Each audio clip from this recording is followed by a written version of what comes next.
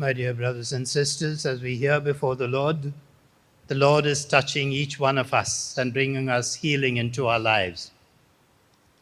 Sometimes we think exclusively of physical healing, of physical ailments and sufferings that we have.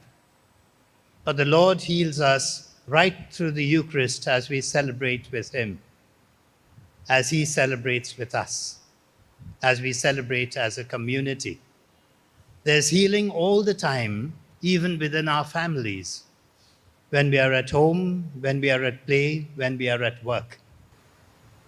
But I always look to see when I have a broken leg suddenly mended overnight. And that's all I can think of when I think of healing. And that is not what the Lord wants to give to each one of us. He is always reaching out to bring us spiritual healing, emotional healing, psychological wholeness, a total well-being, and wholesomeness, and He leads us into holiness. He leads us into sanctification. And all these are the different ways of healing that Jesus accomplishes in us. And the Father bestows His graces all of the time. But we sometimes fail to recognize so many different varieties of healing in our lives. And because we don't recognize that, we fail in thanking God enough. We fail in praising Him enough. We fail to see His glory reflected in our lives and the lives of our family and our neighborhood. And so let us train ourselves to see what exactly the Lord is doing for each one of us.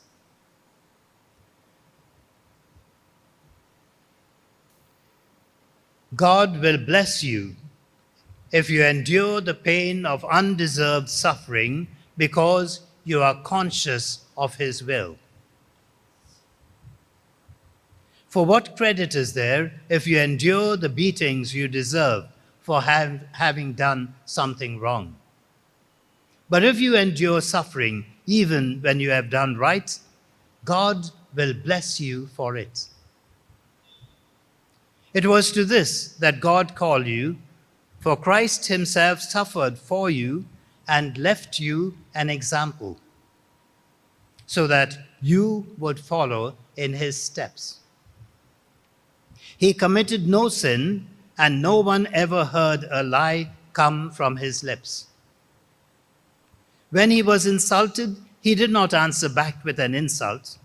When He suffered, He did not threaten, but placed His hopes in God, the righteous judge.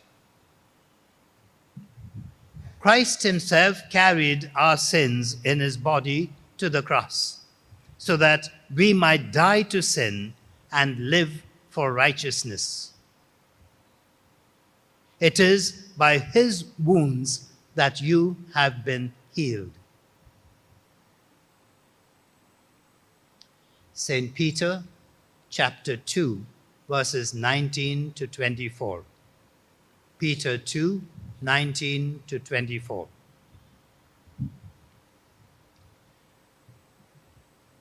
My dear friends, we have lots and lots of experiences in life, lots of varied, enriching experiences.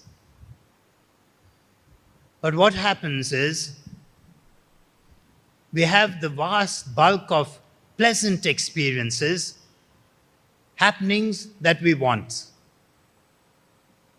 things that give us joy and a sense of well-being.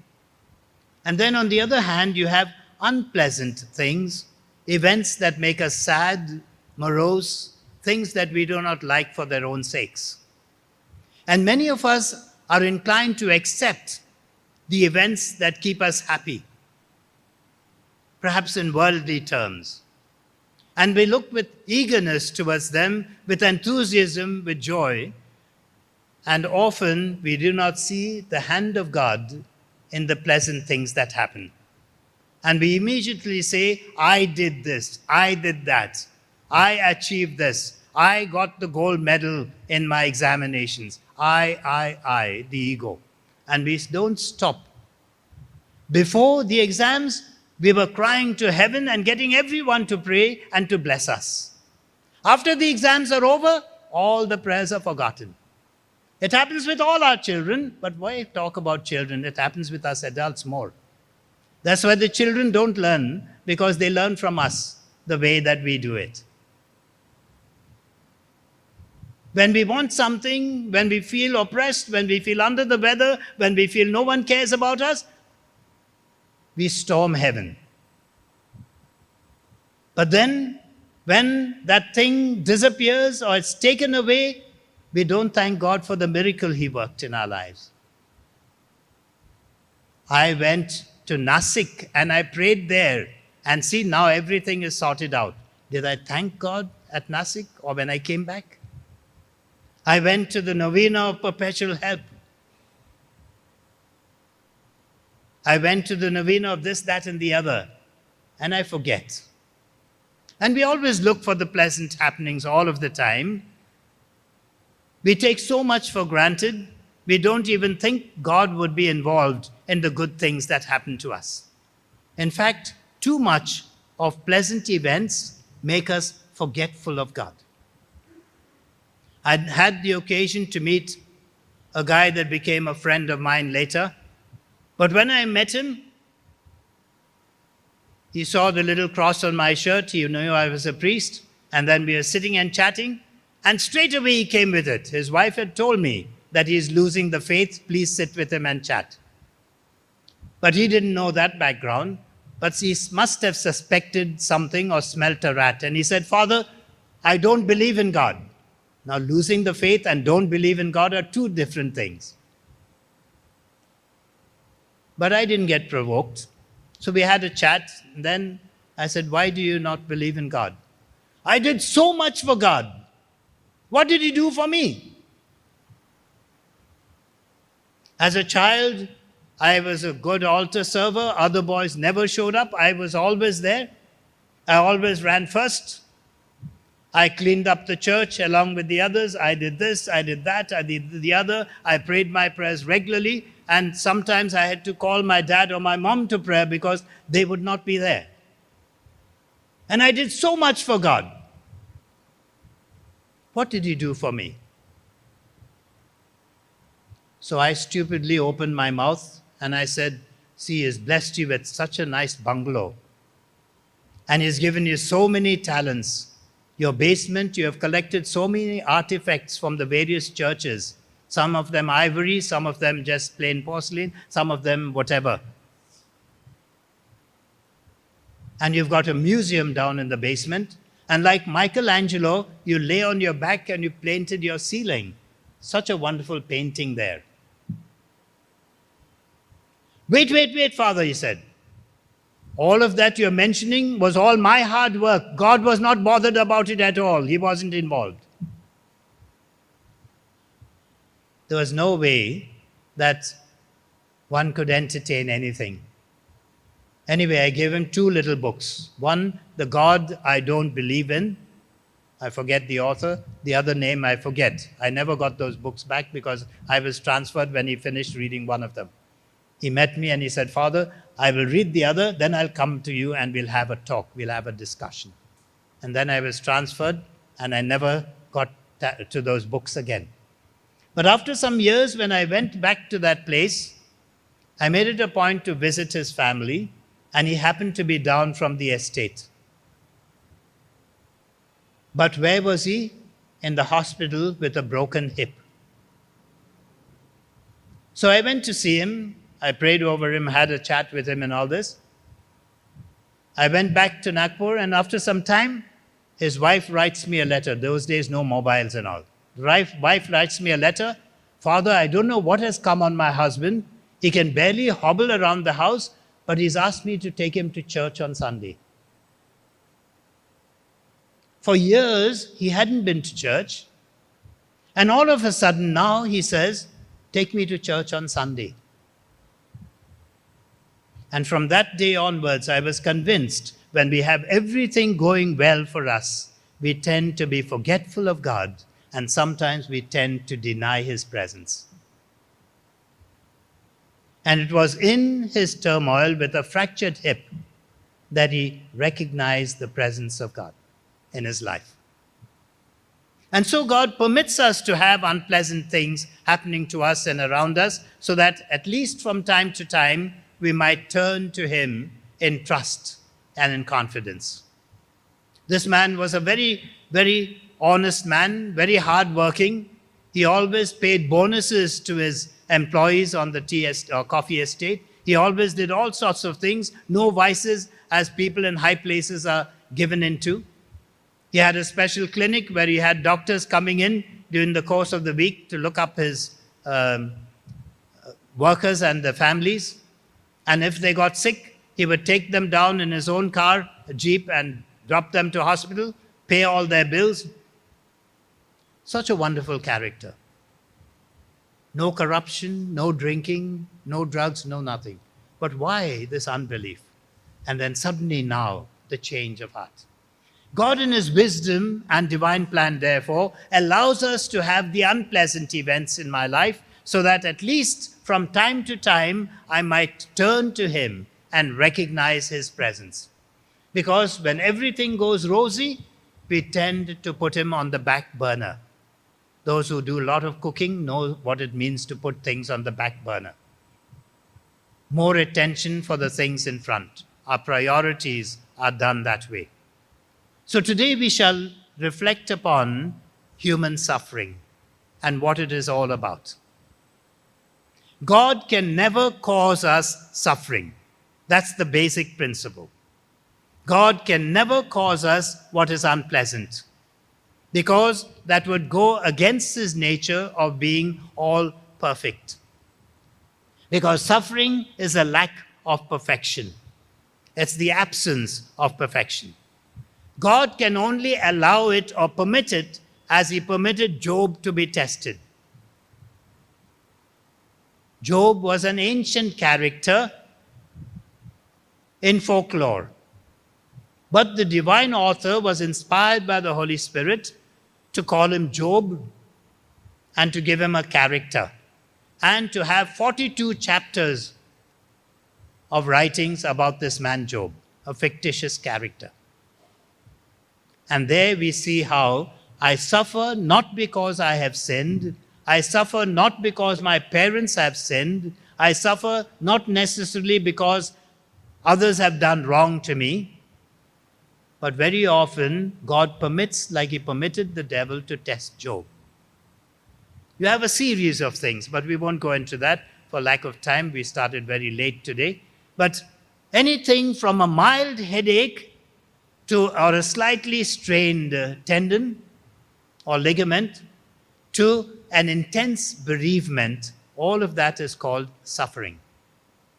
From my going out into the rain and getting a few drops and soaking me, to the agony of a cancer. Stubbing my little toe, to having a tumor that won't go. All this is suffering of various degrees. But all of them are things that are permitted by God, not caused by God. But what really is suffering? We generally do not understand what suffering is. If I come down to one of you and give you a nice slap, you'll have pain maybe for 2 minutes or maybe 1 minute if it's a mild slap. If I give you a nice punch and knock out 2 of your teeth and fracture your jaw, you will pain maybe for about a week, maybe 2 weeks. But that is not suffering. That is pain. You come up and call me an idiot. It pains me for a while, but that is not suffering. What is suffering then? Suffering is the residue of all that goes on after the pain has gone. I give you a slap, that pain is a little while. Father slapped me in the church in front of everybody. He humiliated me in front of all my friends and in front of all my students. And then for 10 years, suffering goes on. I inflicted a little pain for 2 minutes when I slapped you. But you brought suffering upon yourself for 5 years and 10 years with that unforgiveness in your heart, thinking, why did Father do this to me? Suffering is the residue and all that takes place and remains with us after the initial pain goes away. And this we need to understand first before we talk about suffering. What then is suffering? The attitude after the pain, the emotional residue, all that continues after the physical pain goes. The negative feelings that I harbor in my heart, feelings of revenge, feelings of insult, feelings of humiliation, feelings of maybe punishing myself or trying to get back at the other person, planning revenge, anger, feeling rotten inside. All of that brings about suffering. All this I did not cause you, you caused it to yourself because of the little slap I gave you. Now that we've understood that difference, let us now go on. It has to do with attitude. It has to do with a state of mind and a state of the heart. I inflict it upon myself. Quite often I hear, my wife gives me no peace at home, so I go to the pub. I hear a woman say, my husband gives me no peace from the time he comes home after work.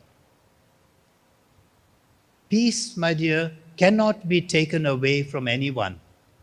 Peace is squandered by myself. I trade my peace when someone provokes me.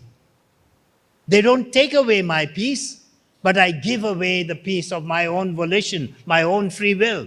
And then I say, I have no peace. God has put His peace in us with His presence. And if I realize His presence in me, nobody can take away that peace and His presence. And therefore, when we speak of suffering, nobody else can cause me suffering, but I cause it to myself. A lot of people, especially the young, feel that suffering should simply not exist.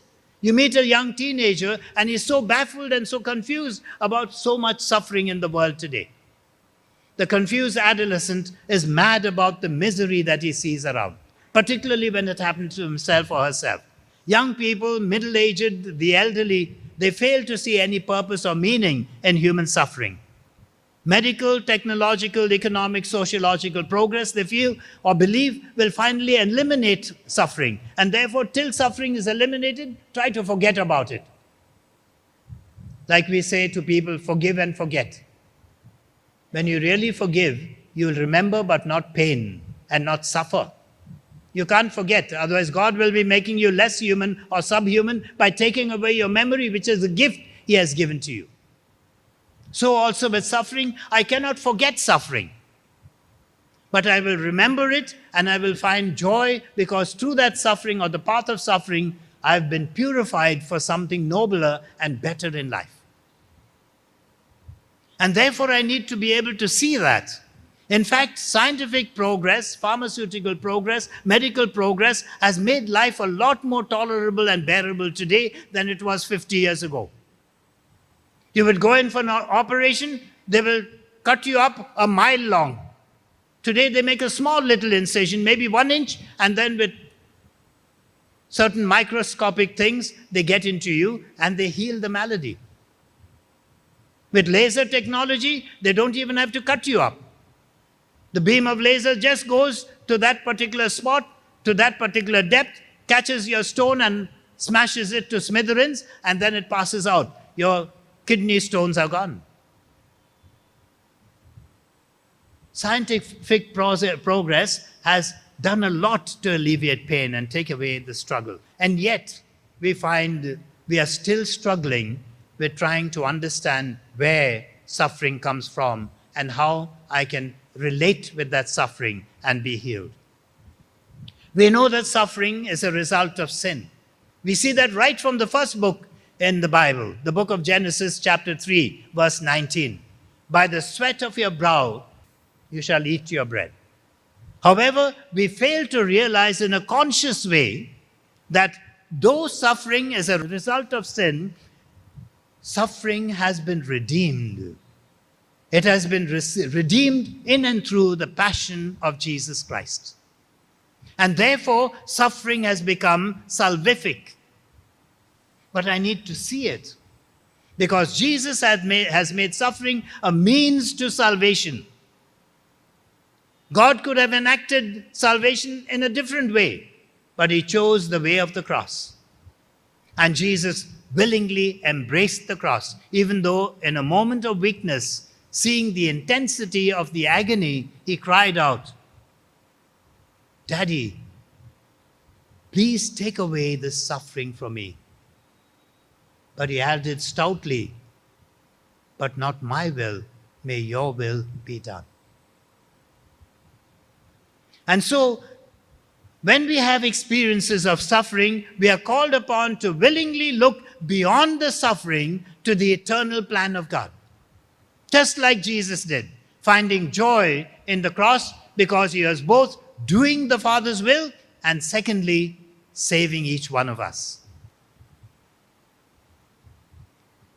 The important thing in suffering is acceptance. What does acceptance mean? What does resignation mean? A generally very grossly misunderstood attitude. Many people accuse the church of asking them to be content with their lot, to be content with their situation and not try to improve that situation. But right from the Second Vatican Council, years before that, lots of documents, but the Second Vatican Council documents, many of them frequently refer to a number of times telling us that God wills that man should strive towards a better world for everyone.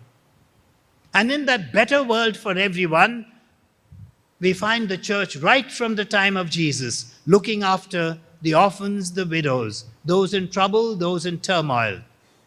And that's why the Catholic Church is the only, or the Christian Church is the only reality that has lots of hospitals and lots of educational institutions and lots of things that alleviate pain, social structures and justice structures. And so the documents tell us very clearly that we must be involved in activities to take away suffering from humankind.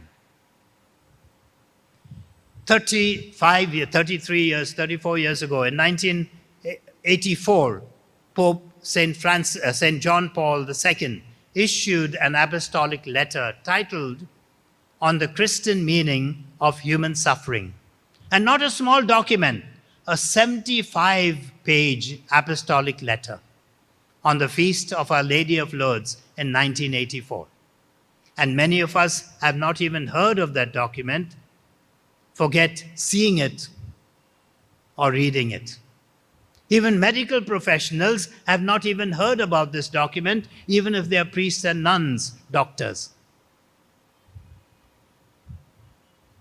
But the church always is in the forefront to bring healing.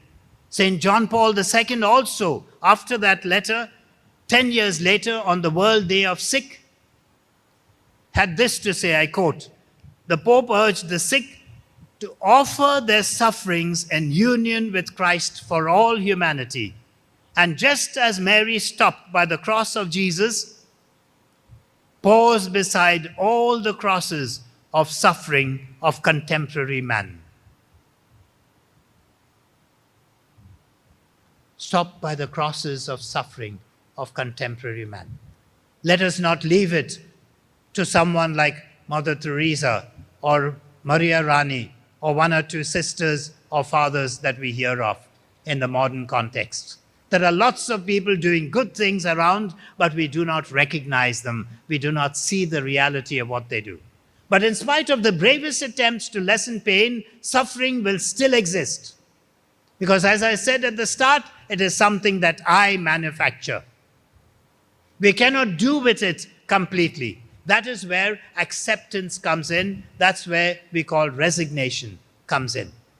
It means that we face up to the reality, the present state of suffering I'm going through. I learn to accept that state, and then I learn to adjust my life to live with that state, even while at the same time I try to remedy that situation. All psychologists, all medical professionals, if they know their job and know their function in society, will always admit the moment the patient accepts that he or she is sick, healing begins. Sometimes I meet with people and they say they have this, that, or the other. I said, please go for a checkup. No, if I see the doctor, he say I have cancer. Now, without even going and seeing the doctor, you're already concluding that he will say you have cancer. And then you delay for 1 month, you delay for 2 months. After 6 months, when it gets unbearable, you go to doctor, and then he says, I have to take a biopsy. See, I told you, Father, that you... See, now he's telling me biopsy. My dear, why did you wait 6 months? Anyway, go immediately for biopsy, don't delay. And then the report comes. You have cancer of this or that or the other, or it has spread, it is something this, it is malignant, it is whatever. Why did you delay so long? The moment I accept that I have a malady, I take steps to do something about it. The moment I accept that I have this particular illness, a tumor in my abdomen, then I begin to take a course of treatment. And in the course of treatment, either the tumor is shrunk, or I've got healing for it, or suddenly I don't even need surgery. The Lord has taken care of it from my acceptance alone, coupled with the medication that may have helped, if not never have helped. But I need to be resigned, I need to accept and then take action. There can be no real and speedy cure unless patients learn to accept their state of illness and learn to adapt to what actually is. This is especially true of emotional, psychological, psychosomatic illnesses, and there is plenty of that all around the world. And then we go with psychosomatic illness, we go to a place, we have a high of praise and worship or whatever, and that malady disappears. And I say, oh, miracle, I was healed, I was cured. As soon as your mind is not acting on your body, that cure happens. But most often my mind acts on my body and causes me ailments and sickness. That I don't understand. The moment the mind is put at ease, that physical malady in my body disappears. I don't need the intervention of Jesus in the Blessed Sacrament for that, but I need to have a little faith in Jesus and a little faith that I need to accept my state and sort out my mind and my heart. And then there is healing. I'll give you a little example. In Nagpur, I was called by someone after Mass at the cathedral and told to visit Mrs. So-and-so in such and such a place, hospital, in such and such a locality. I spent 20-25 minutes to search for that place, a small little hovel of a dispensary or clinic or whatever, in a God-forsaken place. Excuse the expression. I found the place and I went in. A friend of hers told me to go and see her. From the moment she saw me, she started railing and ranting. Father, why me? Why did God have to pick me? I brought up my children so well. They've always gone to church. They've always done this. They've always done that. They're well settled, well married. My grandchildren are doing so well, everything. Why me? Why did God give me cancer? She had breast cancer. And next day she was to have a mastectomy, the removal of one breast. But she kept railing and ranting. I spent about an hour and 10 minutes with her, and with a couple of other relatives of hers who were there. As I was going out, a little child comes, my sleeves are very long, Dominican habit, comes and grabs my sleeve and tugs at me, and he says, Amma bula rahi hain. So I went in and I saw one lady with a burqa. I saw another couple of men, one of them with his little prayer cap. And I asked them what happened. So they began to tell me things. This lady, young lady, with 3 little children, she had had hysterectomy after a lot of complications. I spoke to her for some time. She just said, ji haan, yes, yes, yes. And the men folk that were there, and Muslim women, you cannot touch them. But I was praying for healing. I raised my hand over her forehead, and I was praying for healing. But since I have good peripheral vision from playing professional football and hockey and basketball, I could notice these men, what they were doing, but very reverently looking down at the lady, sometimes reverently looking up at my face. And I found no threat. So I gently laid my hand on her forehead. They had no objection. I continued to pray for healing, and then I put my other hand on her abdomen, and I prayed for healing. I left the place, and after maybe a week, a gentleman came up to me and said, "Father, thank you very much for seeing my wife." So I was confused. Seeing your wife? Whose wife? Now I don't know who. And then he says, "You went to so-and-so hospital and you saw so-and-so patient." "Oh, how is she?" "Father, she's still in hospital." So I went again. 10 days after her surgery, she was still in hospital. Again, railing and ranting and saying all sorts of things about disfigurement and how she has suffered so much, all for nothing, because Jesus doesn't care.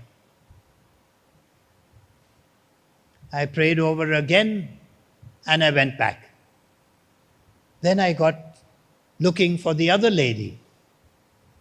I went in, I saw the room topsy-turvy, and I saw no woman there of that description that I had blessed earlier. So I went to the counter and asked the nurse, and the way she said it, Gai. No, so I thought she died. But I said, impossible. Gai, the way she said. Nurses should have some civility and some sense to talk about patients in the hospital. Gai. So then I waited. I saw the matron down attending to something, and then I walked up to her. Then I said, "Excuse me, ma'am, I'd like to know what happened to Bibi so-and-so, whatever her name was." She went to the chart and looked, and she said she was discharged 4 days ago. Hysterectomy with a lot of complications. 2 days before this lady, Catholic lady, had her surgery, just mastectomy, just the removal of one breast. Why? Because the love of her children, the love of her family, the love of Allah played marvels in her life. Whereas with us Catholics, no matter what the sermons we hear, not the preachings we have, not the Bible we have, whatever we have, after all those helps, we still don't get well. Unlike for others, for the Christian, acceptance is an even deeper reality. The Christian sees the hand of God, the finger of God, permitting, allowing. He sees a divine purpose, a divine plan in human suffering. And paradoxically, God allows me to suffer because He loves me. But we don't believe that. He allows me to suffer so that He can express His love for me, even though He is pained when He sees us suffer. And paradoxically, Jesus loves me, and He allows me to suffer so that I can prove my love for Him.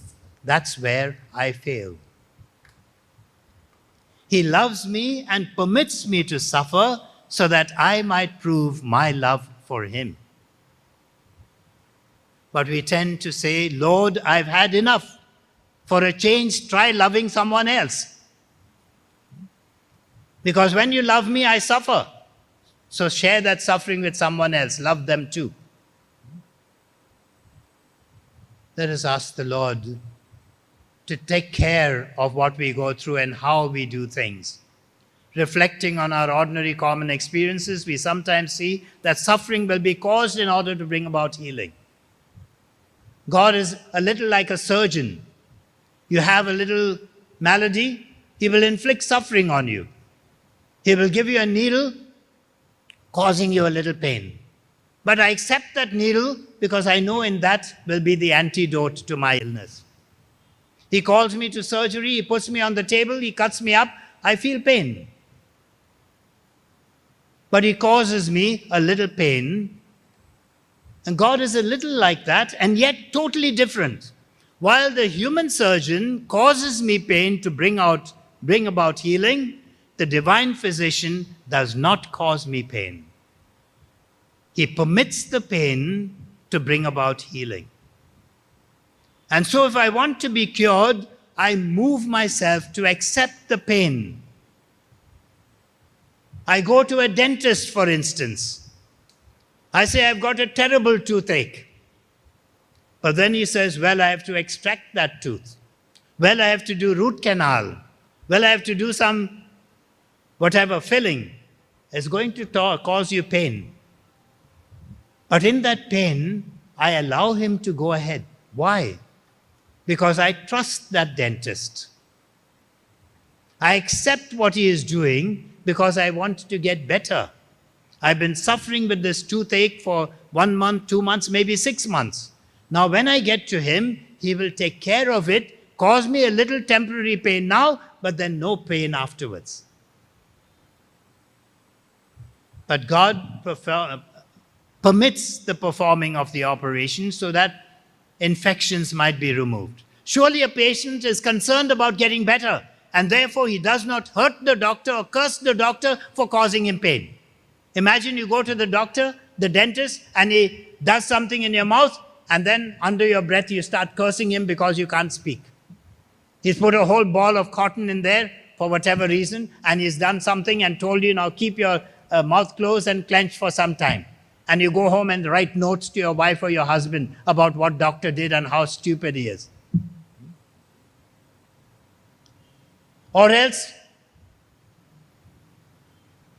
you look for someone else that you can go next time to, because he might cause me less pain, and he's worse than the first. We can't run away from it. I trust the doctor, I find out from others who's the best one, and then I hear a number of names mentioned, and finally I make the choice because I prefer to trust this fellow rather than that man or that woman. But recognizing God's divine, loving purpose through it all helps me to accept in a more Christian way everything that he allows to happen to me, even the most painful of events and situations.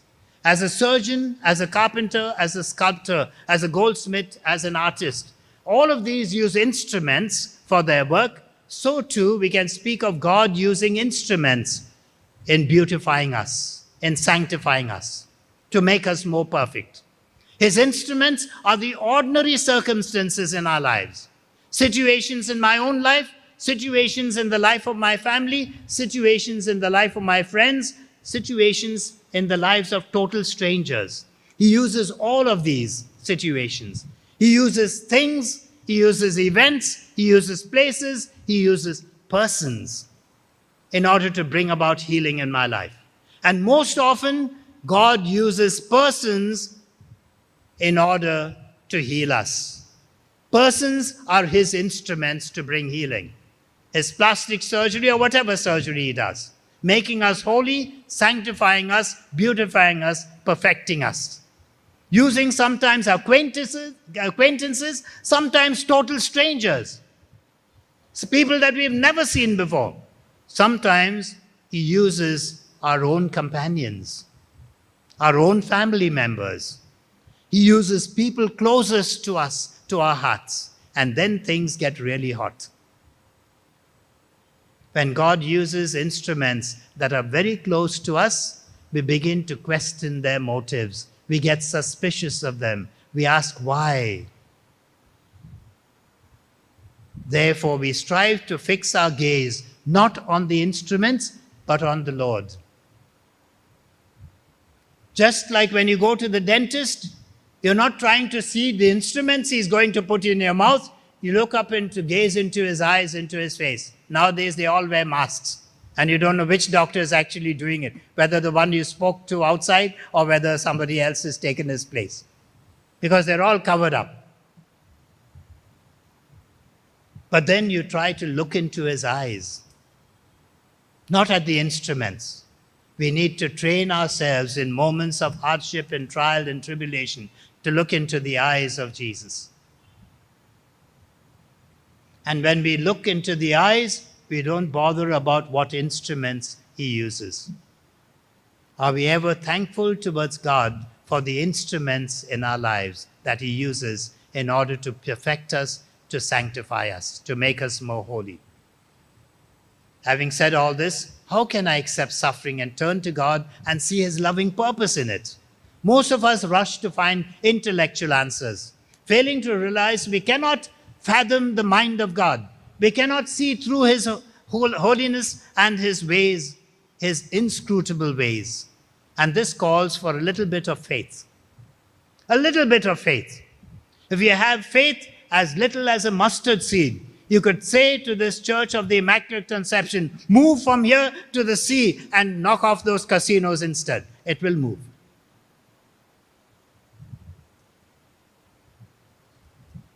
Or do we have faith the size of a mustard seed?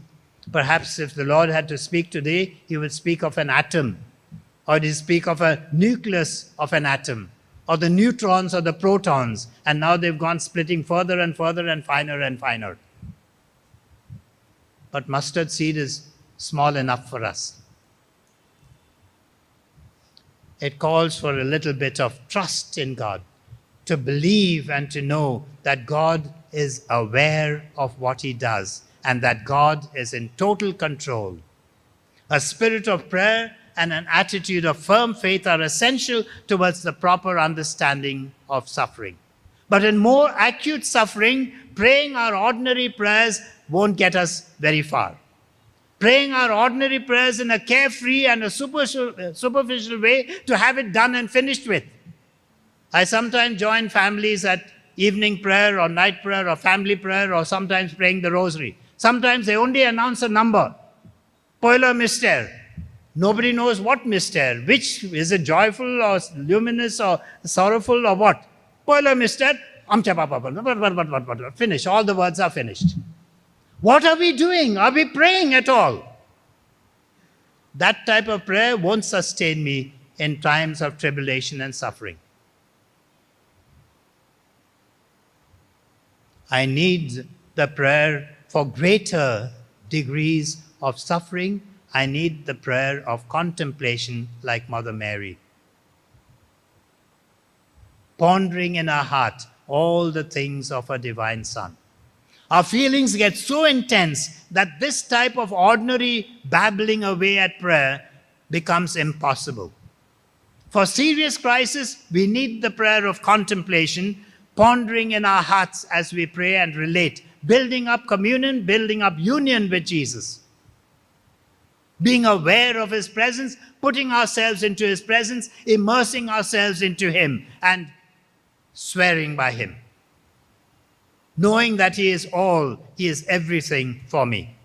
And then when I do that, then I find that it is not necessarily the contemplative meditation of the monks in the monastery or the cloistered nuns in a cloister, or the sisters, religious or brothers in their convents, but the contemplation that comes from one's ordinary prayers prayed properly with devotion.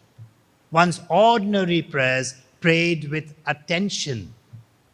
St. Thomas Aquinas, our famous Dominican, had this to say: no one can pray the Our Father from beginning to end without distraction. And here are we, ordinary mortals, not even an inch close to St. Thomas Aquinas, thinking we can pray lots of prayers without distraction. Be their aspirations, the rosary, set formal prayers, even just the Our Father, the Hail Mary. Beneath these, a strong current of contemplation exists. And so when I pray, that uplifts me out over and above the turmoil all around me. Just like Simon Peter, when he drowns, when he says, Jesus, bid me to come to you across the waters. When he begins to sink, he cries out, Lord, save me lest I perish. Why? He couldn't see beyond the waves and the tumult of the waves, of the waters. He begins to sink. The moment we are with Jesus, the moment we see beyond, then we find ourselves healed. One may not be aware that this exists in one's prayer, but it readily comes to the surface to support us when there is a crisis, and that is what we look for. Through this experience, we feel uplifted, secure in the palm of God's hand, for he says to us, I have carved you on the palm of my hand. And so we need to understand, we need to see, we need to ask the Lord to help us to realize where exactly we are. But all of us run for intellectual answers. But there can be no intellectual answers. I repeat, no intellectual answers to human suffering. Jesus gives us the only answer and the most practical answer. Let him who would come after me deny himself, take up his cross. Take up his cross and follow me. Let him deny himself, take up his cross and follow me. If they have done it to me, your Lord and Master, far worse things will they do unto you. If a servant is not greater than his master. If they persecuted me, they will persecute you. John 15:20 and Mark 8:34. The cross makes room for the real God. The cross makes room for the real Jesus to enter into our lives. Are we willing?